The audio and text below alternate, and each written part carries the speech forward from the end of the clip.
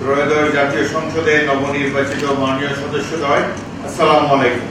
এখন আপনাদেরকে শপথ বাক্য পাঠ করানো হবে। আমি সংসদ সদস্য নির্বাচিত হইয়া সশ্রদ্ধ চিত্তে শপথ বা দৃঢ়ভাবে ঘোষণা করিতেছি যে আমি যে কর্তব্যভার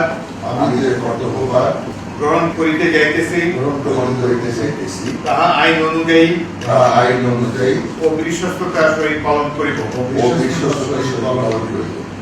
এবং সংসদ সদস্য রূপে